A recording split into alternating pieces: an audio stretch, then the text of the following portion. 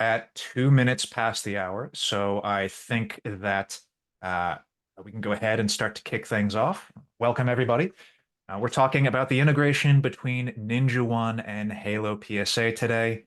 A lot to talk about, but I did have a few bits of housekeeping to get through before we officially get started. First and foremost, this session is being recorded. A link to the recording will be sent to you probably sometime tomorrow. It'll also be posted on YouTube, so if you feel so inclined, feel free to subscribe to our YouTube channel. Second bit is if you have questions as we're going through everything, please make sure to put those into the Q&A section of Zoom. If you're addressing something to me or to Morgan, it's going to be much easier for us to keep track of in the Q&A section. As you can probably tell, the chat scrolls by really fast. That being said, I do recognize some familiar names in here, people who I know are using NinjaOne and HaloPSA today. So I'd love to hear from anybody who has experiences with Halo, with Ninja, to share your thoughts in the chat as we are discussing everything. Finally, we do have a giveaway. So nothing you need to do to be entered for that. Simply by registering and showing up here today, you have been entered to win your choice of one of four pretty good prizes. And we'll bring out JP towards the end of the webinar to go ahead and announce our winner. With that, we can finally go ahead and get started. A bit of an agenda for today. In a second, we will officially introduce ourselves, and then we'll go into introducing both NinjaOne and HaloPSA.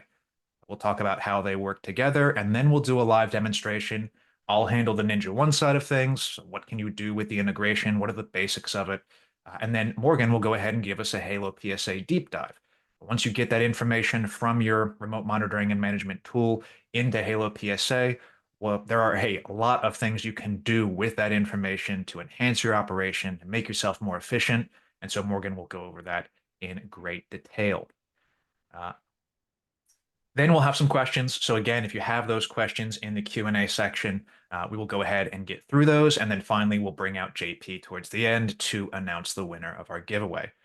Before we get started, I will go ahead and call out one question that I see in the chat right now, which means that does this increased relationship with Halo mean that Ninja's own homegrown PSA is not going to happen anymore? That's not the case. NinjaOne's PSA is still in development, and that's something we'll start to see more broadly accessible in the beginning of 2025, fingers crossed. However, the nature of the PSA that's being developed by NinjaOne is relatively basic for a PSA. We're talking about invoicing, making sure we can count your assets, making sure we track your service agreements. I think you'll see as we get into the HaloPSA demonstration, that platform is incredibly powerful. It is, I think, a best-in-class PSA that allows you to do a tremendous amount. And to be completely honest, NinjaOne's PSA is going to be very basic at launch. So we don't see these as being competing products in any way. What you can do with Halo and the amount of power that you have in there to streamline and enhance your operation, that is not going to be something that NinjaOne's PSA is going to come anywhere near in terms of functionality. So yes, NinjaOne PSA is still full steam ahead. That being said, you'll see that the power of HaloPSA is really incredible and can really bring a lot of additional value. So hopefully that answers your question, Barry. With that, we can move on to the introduction part of the webinar. My name is Jeff Hunter. I'm the field CTO at NinjaOne.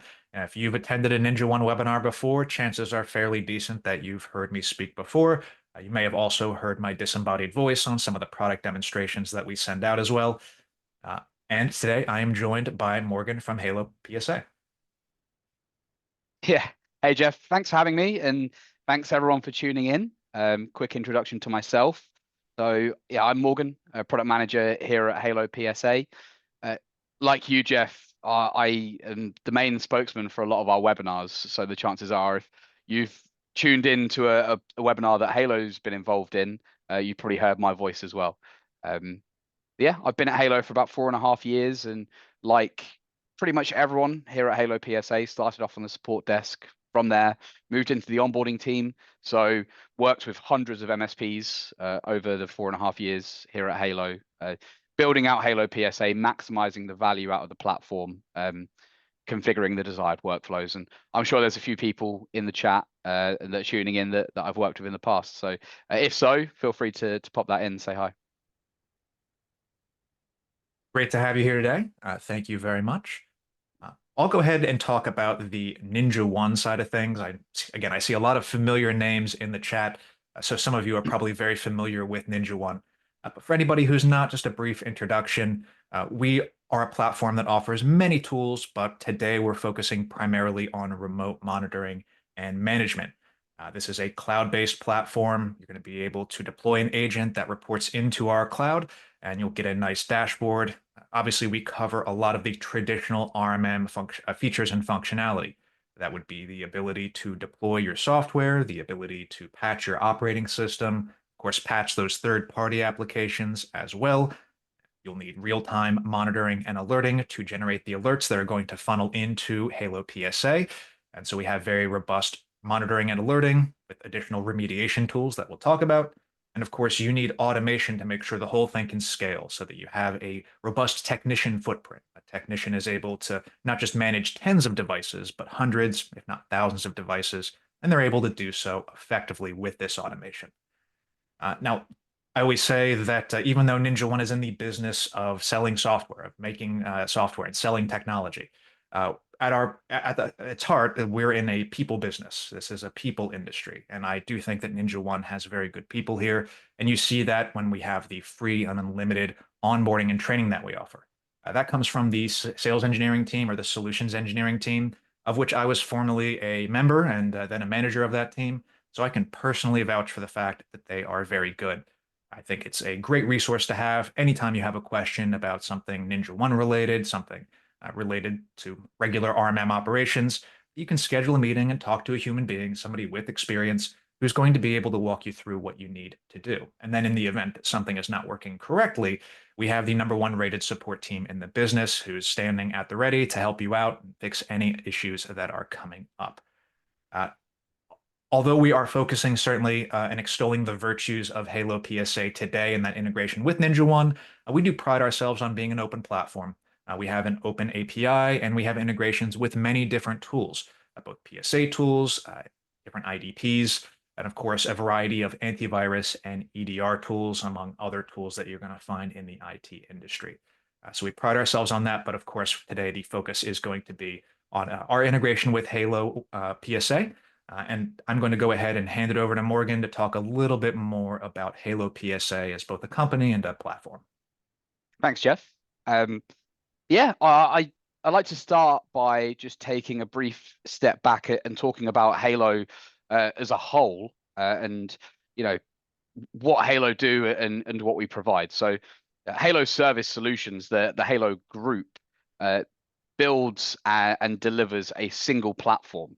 Now, that single platform is diverse enough to satisfy a variety of different markets, and that's why we have segregated out certain configuration sets into 3 core offerings. So, of course, there's HaloPSA that's targeted for the MSP market, but there's also Halo ITSM that is centered more around the enterprise space, and thirdly, we have Halo CRM that is targeting service delivery teams and B2C setups.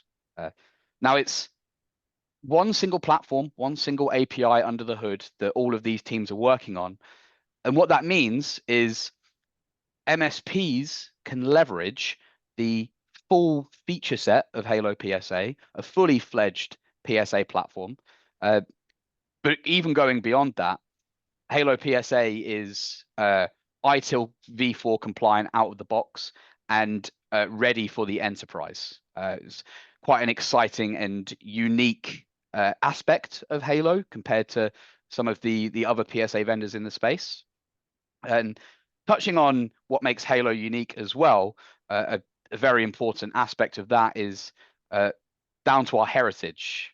Now, Halo is actually quite an old company, a lot older than people may first expect, because we're very much seen as the new kid on the block. But Halo as a company has actually been around for about 30 years now. Formerly a company called NetHelpDesk that was running a Windows-based help desk application until about 5 years ago, when we completely blew that away and built the web app from the ground up. Now, of course, when we did that, we did that with 25 years worth of experience, 25 years worth of doing things right, 25 years worth of mistakes. And we had the opportunity to take those mistakes and think about a better way that we could have built those processes. And of course, taken the things that we did well and built upon them. And so what that meant is 5 years ago, roundabouts, HaloPSA was introduced to the market and really hit the ground running.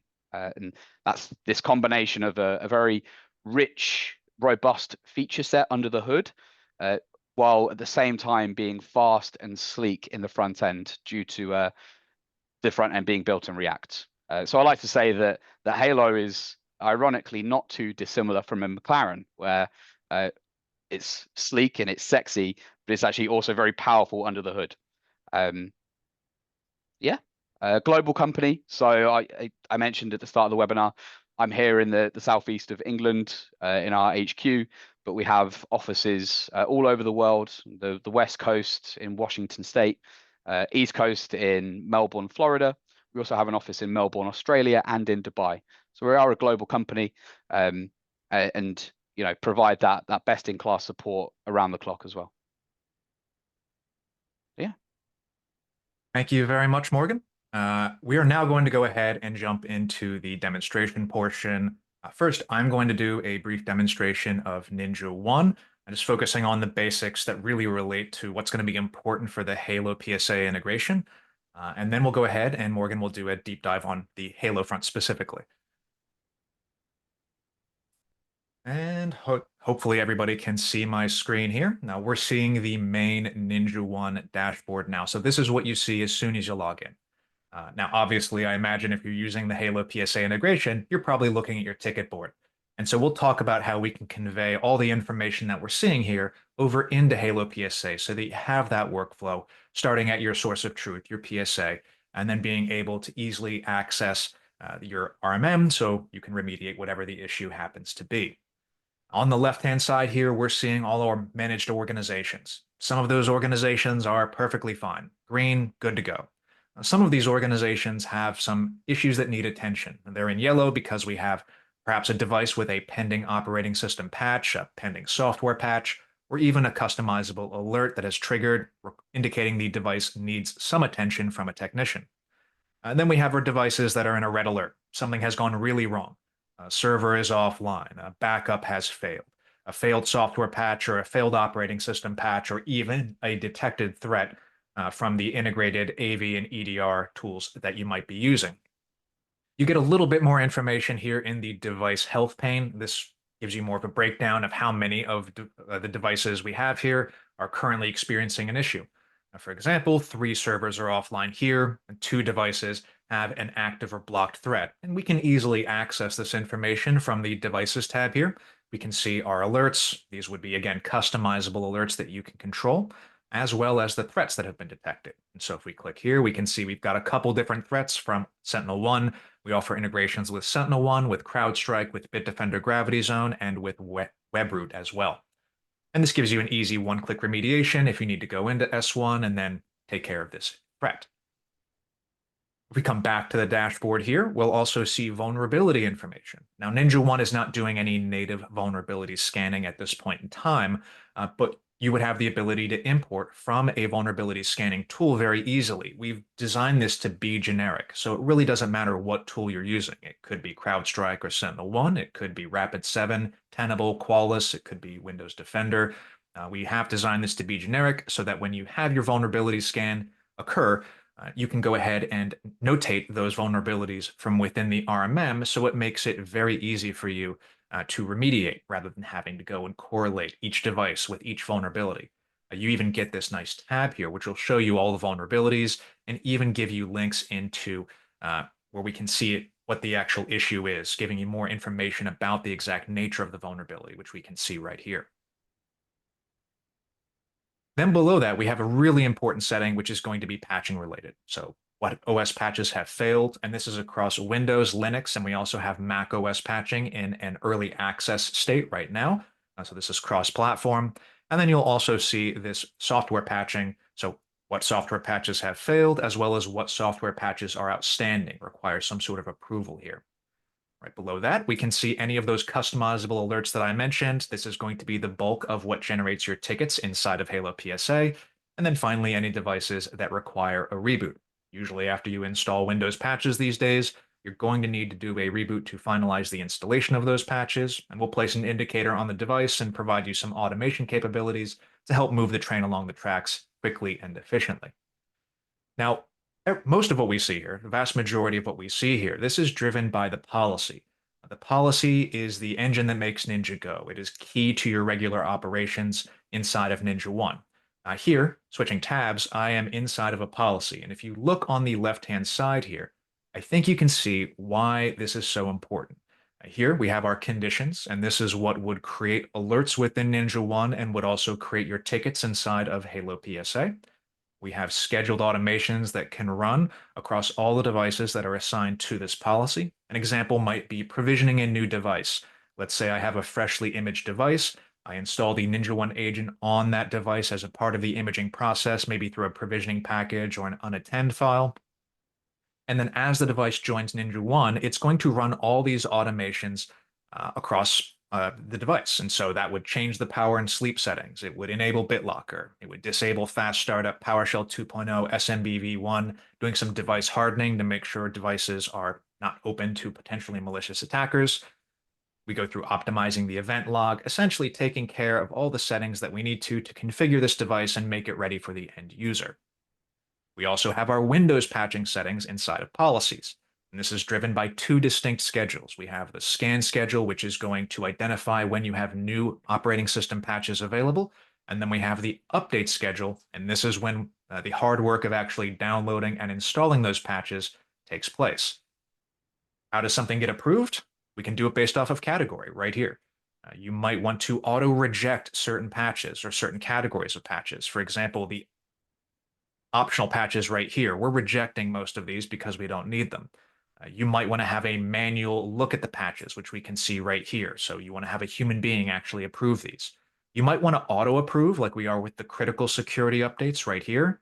Or you might want to auto approve with a time delay. We all know Microsoft never releases any bad patches, but on the off chance that they do, we want to ensure that we have a grace period here where if the patch does cause issues, that we are able to delay that patch. We have the option to go in and reject it before it causes problems. Now, on that note, I'm going to diverge here slightly and go back to the main dashboard we saw earlier. Here, we're seeing the patching dashboard, which gives us insight into patching compliance, which devices have outstanding patches, and which patches are currently in a failed or pending state.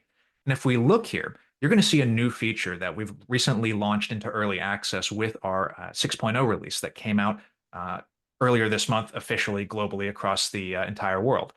And what that feature is our NinjaOne AI feature for patching analysis. You can see here that we're actually going to look at a KB and we're going to provide from a few different sources insights into what issues this patch could potentially have. Now here we can see that this is a patch that appears stable. But if we go down further, we can see this patch has known issues. And if we click on that, we do get some insight here into what is the nature of this issue. Right here, we can see that the sentiment is mixed. It appears that there's an issue with Azure Virtual Desktop where a black screen is going to occur after installation. So this is documented. There's a workaround. So Microsoft at least appears to be aware that this is an issue.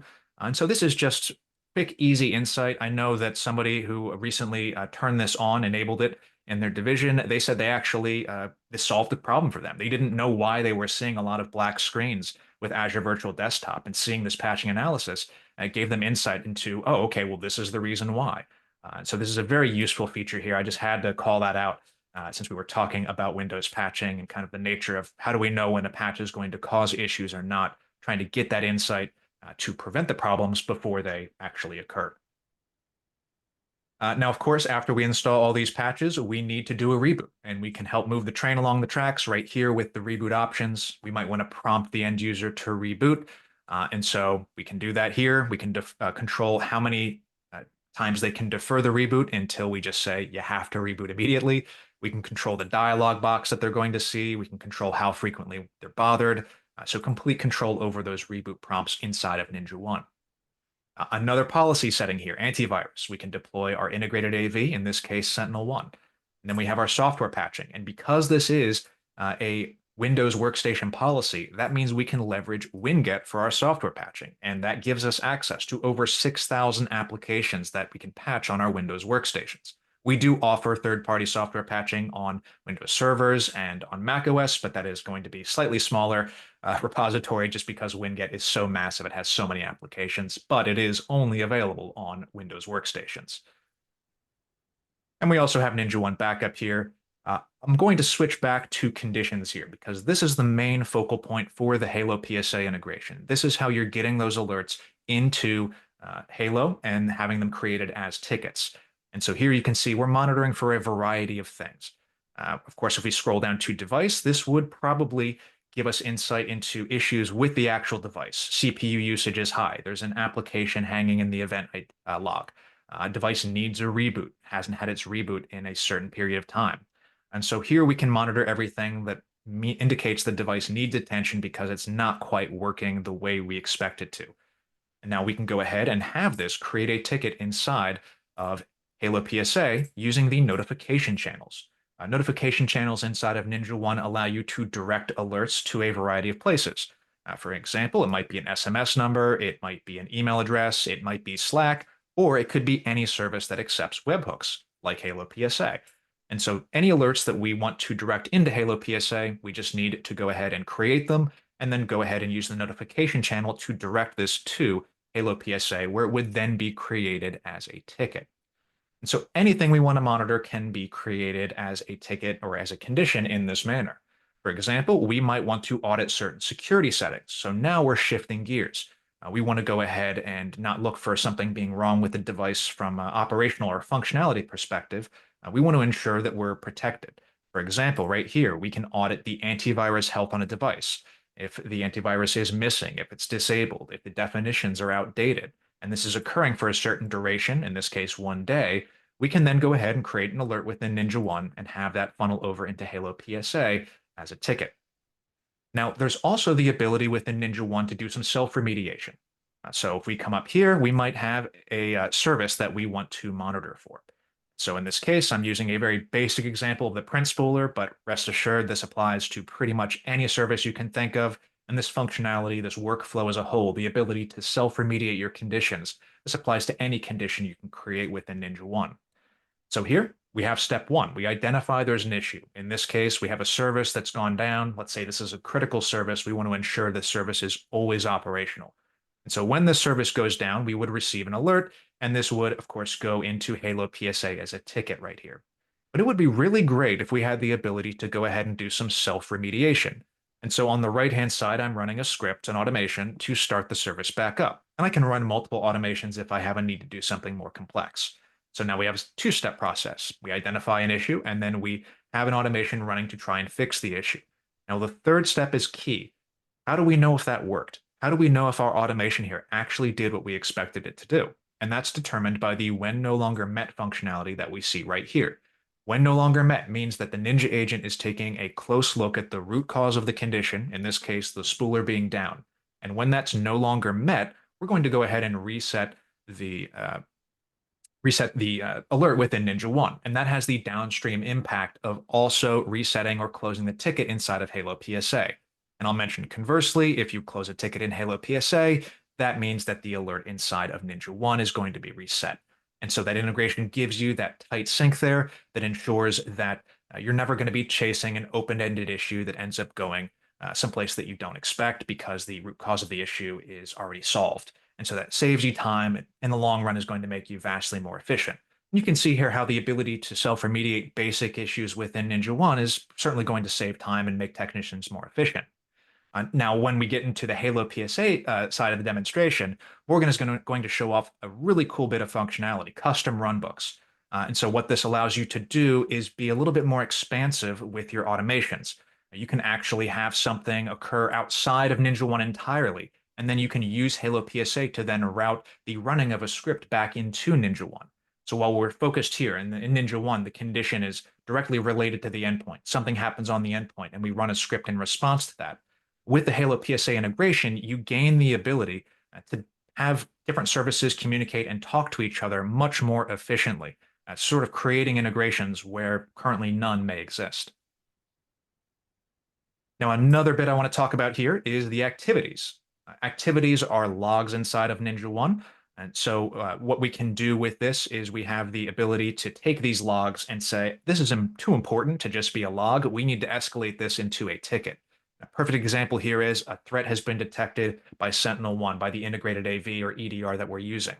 And so what I can do here is, again, use those notification channels to direct this to HaloPSA so that a ticket gets created whenever Sentinel-1 has detected that threat. And so again, great functionality to be able to direct anything that is being detected by your RMM into HaloPSA, where your ticket board is, where your technicians are watching like hawks, waiting to jump on any issues as they occur. And although I'm focusing on Sentinel-1 here, you'll see a bunch of other ones for other EDRs that we offer. Perhaps we want to know when users are being added or deleted from devices. Perhaps we want to know whenever there's been issues with Windows patch management here. So a lot of options inside the activities. And that is, again, in addition to the conditions, which I will show right here, very valuable. I especially like the script result condition, which allows you to take any script and convert that into an alert. A good example here is the system restore status. Perhaps I want to check the system restore status here. I can use a built-in script offered by the NinjaOne template library to evaluate that, and then I can alert whenever the system restore status is disabled. And of course, in response to that, I am running a script to turn system restore on, again, if that's your desired outcome. Now, that is the automated ticket creation inside of NinjaOne, but we also have the ability to go ahead and accept user generated tickets. And so we have a systray icon, which you can see here on my screen. If I right click on that, I get a variety of menu options, including the ability to use the help request form. And this lets me submit a ticket. And this can go into HaloPSA. So you get the ability to give a quick one-click ability from the systray, fill out a few brief bits of information, and this can be submitted into HaloPSA. So user submitted tickets in addition to the ability to do the auto-generated tickets that we just saw from the policy conditions. I would be remiss if I did not mention another cool feature that has recently come out with the 6.0 release, which is the ability to grant your end users the ability to run scripts from the systray. So self-service software installations here. I want to install Google Chrome. I want to install Mozilla Firefox. I want to install VS Code, whatever you'd like to provide to your end users.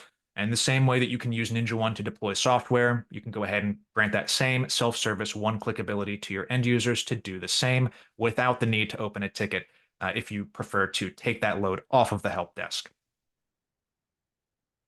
Last thing that I'm going to talk about is the ability to take all the devices that you're managing inside of NinjaOne, and those, of course, can be created as assets inside of HaloPSA. And so that, of course, is going to be very helpful for billing purposes. And Morgan will talk a little bit more about that once we get into the HaloPSA side of the demonstration. But I did want to focus on another cool bit of functionality, which is NinjaOne's custom fields. They are exactly what they sound like. They are custom fields of a few different types, and you can populate them with information. This could be populated via the API. It could be populated by a script running on a device and writing information back into a custom field. For example, here we can see local administrator users, local users, period, and then we have a nice little table here that breaks down various attributes of the local users. This is all populated by a script. You can actually see this was updated 4 minutes ago right here. And so this is all recurringly updated with scripts on the device, making sure that we have good information here. And this is really helpful from a troubleshooting perspective. Perhaps you want to know the file size, or sorry, the tree size report, where all the space is hiding on a particular uh, device, which folder, which files are taking up the most space. We have a nice little system performance check here that gives you an at-a-glance view of relevant information for the troubleshooting process.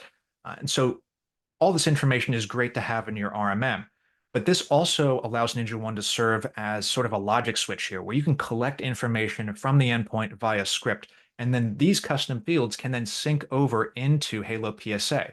And this is going to be really valuable for you to do a lot of automation on the HaloPSA side. One example that I've been playing around with is the concept of writing out what AV you're utilizing into a custom field and then syncing that over to HaloPSA, which is going to allow you to have that custom field added as a quantity to your invoices. So I think that's a really valuable way you can start to expand what you're doing with your PSA, keep track of more using these NinjaOne custom fields. There's a lot of different applications I can think of here. With that, I'm going to go ahead and turn it over to Morgan, and he's going to go ahead and go into do a deep dive of HaloPSA, kind of take some of the basics of what the integration is doing with NinjaOne, and then how you can really expand that and make your operation vastly more effective. Cool. Yeah. Thanks, Jeff. I didn't know that you had AI patch analysis. That's pretty cool. It's a cool new feature. And we see a lot of people looking at different use cases for AI, and I think that's a really neat one. So yeah, good job, Ninja team. Before I go into the demo and talk about the integration, I just want to answer a couple of questions that have popped up in the Q&A section. Namely, Matt and Derek are asking about does Halo provide offerings to more nimble MSPs? And I think this is a great opportunity to just talk about an announcement that Halo and Ninja did together last month now. So of course, we're here together today to talk about the integration, but more broadly speaking, Halo and Ninja are very similar companies, I would say, both sort of just customer focused and product led, and the community saw that as well. I mean, you go online, people say, "What's the best PSA RMM combo?" And it's Halo Ninja is coming out on top there. And what we thought about earlier this year is, well, how can Halo and NinjaOne work closer together? And the answer to that is the NinjaOne team can now actually offer Halo as part of their offering, and that is to MSPs from one-man bands up to 15 technicians. So Matt and Derek, my answer to you would be to engage with the NinjaOne team to see if they can provision Halo for you. So yeah. And then there was another question from Marvin around how does Halo know what customer, what organization to log the alert against, what device to log the alert against, when all we have is a series of IDs instead of more contextual information. So to answer that, let's take a quick look at the integration inside of HaloPSA. So what we're looking at here is the home screen, the agent application home screen.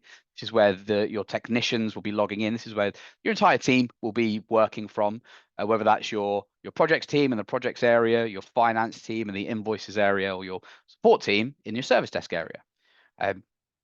The configuration panel inside of HaloPSA is where we change all of the settings. Of course, that is only available to administrators with specific privileges against their account. And if we go in here, we'll see there is an integrations option. Now, again, yet another similarity between Halo and Ninja. It's kind of echoing what Jeff said earlier. Halo prides ourselves on being an open ecosystem. We believe that we all work better together. It makes more sense for the MSP to be using best of breed tools. And a great characterization of that is what we can see here. So these are all first party built by Halo integrations with a variety of different tool sets, whether that's Microsoft CSP to pull your licenses and subscriptions in, NinjaOne for your alerting and your devices, your accounting package to sync invoices, etc. So Halo very much prides ourselves on a philosophy of being an open ecosystem and working together with best in breed tools to provide ultimately the best experience for you guys. Cool.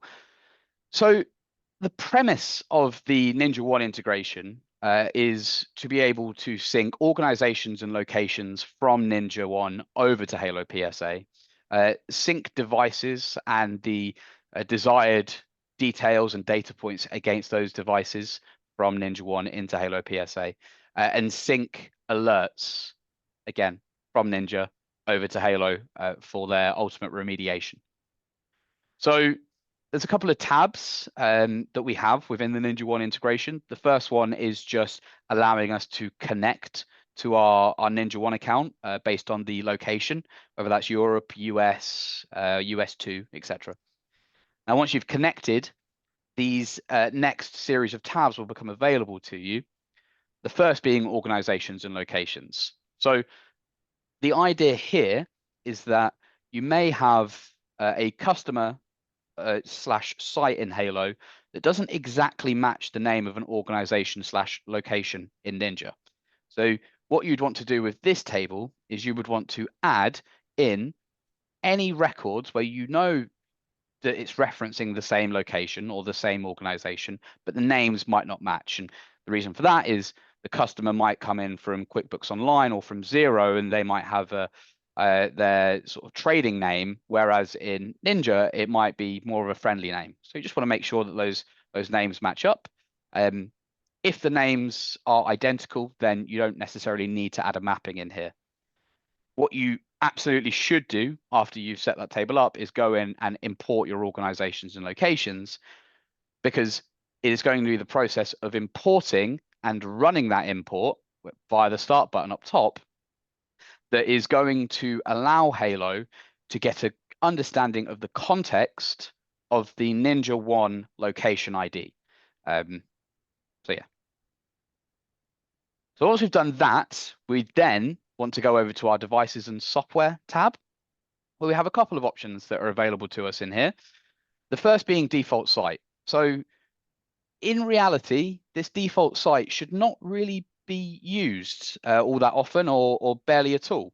The reason it's here is more of a catch-all. So if for whatever reason you didn't import your organizations and locations and actually imported all of your devices first, we would place all of the devices against our default site. So as long as Halo has an understanding of the context, the NinjaOne ID for a given site, this won't be a problem. But if Halo does not know which site to place the device against inside of Halo, it will use this default site here. Cool. Same thing for our asset types and asset groups. So the structure of devices in Halo, which I will go into in a bit more detail shortly, is we have asset groups. Within an asset group, we have one or multiple asset types, and within those asset types, we actually have the assets themselves.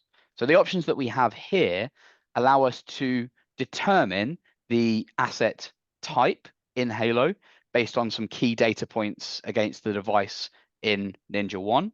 So it could be device type, node class, or node role. And then to the left of that, we have our default group for new asset types. What this means is, again, if we're creating a new asset type in Halo based on a node class that is not recognized in Halo, where do we want to place that asset type? And that is determined by the group that we have here. Cool. And then we have our asset matching field. So our asset matching field allows us to recognize when a device is first imported from NinjaOne, that actually that same device already exists inside of HaloPSA. And a good example of why that would be important is Halo, as I mentioned, is a fully fledged PSA platform, and that includes stock tracking functionality. And you can actually map that entire procurement process out inside of Halo, such that you might order a laptop, it comes into the shop, and you want to increase your stock quantity inside of Halo. And you might do that before you actually install the Ninja agent. There's an asset in Halo that doesn't have a Ninja ID. And then when we next import all of our devices from NinjaOne, there's this new device, but perhaps, or one would hope, that they have the same serial number against them. So for that, we could just find the serial number in here. And what that would then say is when a new device is imported from NinjaOne, but there is an existing asset in Halo that doesn't have a NinjaOne ID, but does have the same serial number, we know that we're talking about the same device there. You'll see that it mentions here as well. Of course, we're always going to be searching that NinjaOne ID first. So as soon as it's imported, you won't be expecting duplicates there. This is simply for those fringe cases where you have assets inside of Halo prior to them being imported into Halo from NinjaOne. Cool. Now below that, we have this field mappings table. So I mentioned a moment ago that the setup of the integration allows us to import our devices and their respective data points. This is exactly what I mean by that statement. So the field mappings table allows us to specify the NinjaOne device field and the corresponding HaloPSA asset field that we have here. So in this case, I want to take the NinjaOne display name field and place that into the HaloPSA asset number or asset tag field. Why would I do that? The reason I would do that is because it is the asset number or the asset tag inside of HaloPSA that is the primary display value. And again, I'll touch on that in a bit more detail shortly. But again, we can go through here and we take our NinjaOne fields and map them to the corresponding Halo fields. And that includes NinjaOne custom fields. So going back to what Jeff was mentioning earlier about NinjaOne has the ability to create custom fields and have the value of those custom fields populated with a plethora of information based on a variety of different use cases, whether it's manually entering or the result of a script, etc. NinjaOne has that ability to create custom fields. The NinjaOne integration inside of HaloPSA allows us to take the value of those custom fields and map them to any kind of HaloPSA asset field. Worth mentioning that HaloPSA also has the concept of creating your own custom asset fields. And so we can map custom to custom, custom to system, system to custom, whatever your preference may be. Cool.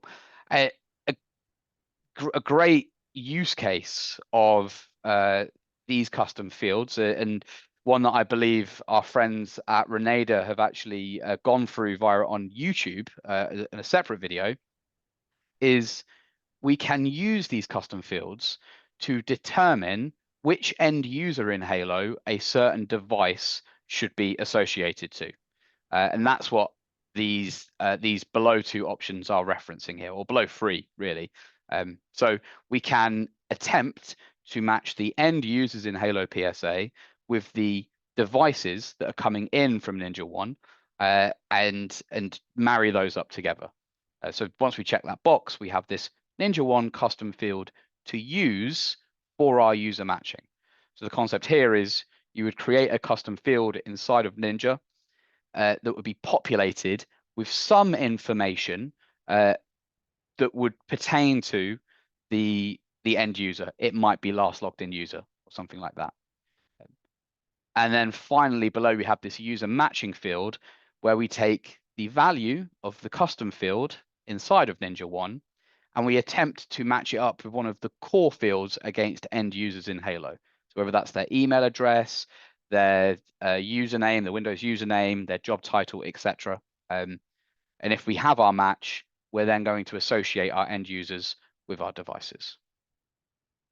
And finally, you want to make sure that you import your devices and their associated software just by clicking this. And again, you click Start up top. Cool. I'm just going to, before we go into alerting, I just want to briefly mention the Halo integrator. So our locations, organizations, and devices can, of course, all be imported from NinjaOne into HaloPSA. And we saw those manual buttons to do so. The Halo integrator allows us to run those imports on a scheduled scan. The process of running this is simply a case of enabling the Halo integrator via checking the box, and determining what it is that you would want to be importing. I would always recommend organizations and devices. Cool. And finally, on to alerting. So Jeff mentioned that we can configure notification channels inside of NinjaOne to send information to HaloPSA. Now, that's sort of configured on both sides of the integration. So the actual creation of the webhook would be done inside of Ninja. But there are a couple of configuration options here that we would want to consider as well. Well, firstly, I would always recommend enabling alert processing via webhooks. So we can either have alerts processed via the Halo integrator, which is going to run on a schedule and might mean that some of those critical alerts take 10 to 15 minutes to actually come into HaloPSA. Or we can check the box that I'm highlighting right here and actually have those webhooks digested as soon as they come in. Cool, and then there's a couple of options above where we're specifying the ticket type inside of HaloPSA to use when those notifications are received, and then our new alert user, which is again sort of treated as a catch-all, so our tickets or our alerts can in fact be logged. Cool. So that I see quite a few questions in the chat, and I'm conscious of time here. So I think, Jeff, if you would agree, maybe take a little bit of time to answer those questions, and perhaps if some of them are relevant to the Halo configuration, I can show them on the screen. Yeah, certainly. I think we've got a great question here from Jesse in the Q&A. He says, Mm. given the strength of the NinjaOne HaloPSA device integration, what do you recommend to leverage for device awareness in comparison to a third-party documentation platform, something like IT Glue? So would you sync from HaloPSA from Ninja and not IT Glue? How would you handle that type of situation where you want to determine what's your single source of truth? That's a good question. I'll be honest, and again, we're agnostic here. I think there's still a place for a documentation platform. Halo has an integration with IT Glue and NinjaOne. I I would say that, you know, if you're using both, you would integrate both. So sync devices to Halo from Ninja. No, I would sync both. Again, Halo via the asset matching field allows us to find some common data point. Serial number is always a great example. Find some common data point and use that across the two. You might find that you have some information in Ninja that's not in IT Glue and vice versa. So if you're leveraging both integrations, you can actually get a richer set of information inside of HaloPSA. And I very quickly just want to show you what I mean by that by heading over to our assets module. And this is the place where all of those devices coming in from Ninja, coming in from IT Glue, or coming in from anywhere else would land. So I mentioned earlier that we have our structure of asset groups, types, and then assets themselves. That's organized down here on the left-hand side, where we have our groups, computing, mobile, networking, etc. And then within there, we have our specific asset types, laptop, Mac, workstation, etc.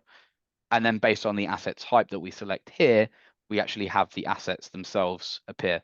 And all of that information that we're getting in from our integrated platforms will be found against our additional details here. Of course, that's not everything. All of those alerts that are linked back to our devices will be found on our tickets tab and of course on our overview as well. Our relationships allow us to determine the end user that this device is for, any upstream or downstream relationships, so you can actually start sort of building out the topology of an entire network inside of HaloPSA. And yeah. Thank you for that, Morgan. Cool. We did have Mhm. one request here from Luke who wanted to see, I guess, what an actual ticket would look like inside of Sure. HaloPSA that was conveyed over from NinjaOne. Yeah, absolutely. Cool. So we'll go back to the home screen and we will hop over to the service desk area. Now, for those of you that are not too familiar with HaloPSA, I just want to very quickly sort of highlight some of the core areas of the screens that we have here. This screen can be broken down into two main sections. On the left-hand side, we have our viewing pane, where we can see all of the tickets organized into their respective teams and the agents within those teams. The numbers in the bubbles here represent the number of tickets, in this case, assigned to Lindsay. And below we have a couple of bespoke lists as well. So one of the core aspects of HaloPSA is its vast breadth and depth of configuration. And a great example of that is via these lists. So if I were to change my viewing pane or change my view here from tickets by team to actually my lists, we'll get a full list of all of our lists, including our open alerts list just here. Now, if I right click on this and edit this list, what we can see is that the list is ultimately defined by a filter, which is characterized via the filters tab, where we have this additional criteria table and we're actually specifying exactly what criteria has to be met for tickets to appear as part of this list. Now, without going into too much detail, I'm just going to click add here and I'm just going to show you the dozens, if not hundreds, of fields that we can use for our filtering criteria. So there is an incredible scope of what we can use as outputs throughout HaloPSA, whether that is configuring our lists, configuring our column profiles, which determine the bits of information that we can see at a glance when viewing the list of tickets, whether it's the way that we construct our Kanban boards for our project management area, anything like that. The level of information that you have at your disposal inside of HaloPSA is vast, to say the least. Cool. Now, if we actually hop into a ticket, again, we can sort of break this screen down into a couple of core sections. So first and foremost, we have our progress feed here. Where we can see the information that has come in from NinjaOne, namely the device and what's actually triggered the alert. To the right of that, we have some core information against the ticket itself. So we have our SLA and associated priority, and as a result, our target response and resolution time, which in this case is a little bit over, but we'll try our best to ignore that. Below that, we have some more miscellaneous ticket information, such as the type of ticket, the workflow, its current status, who it's assigned to, that kind of stuff. To the right of that, we have this timer that is constantly ticking up in the background. And I like to say that in an ideal world, your team's entire day will be completely automated and mapped out in their timesheet without you having to worry about manually entering that time. Because up here in the top right, this timer is constantly ticking away until we do something, and we'll see that in a moment, at which point the time taken to do that thing, to perform that action, will be automatically transferred over to the action itself. Below that, we have our core information against the customer site and user with hyperlinks to any of those respective entities.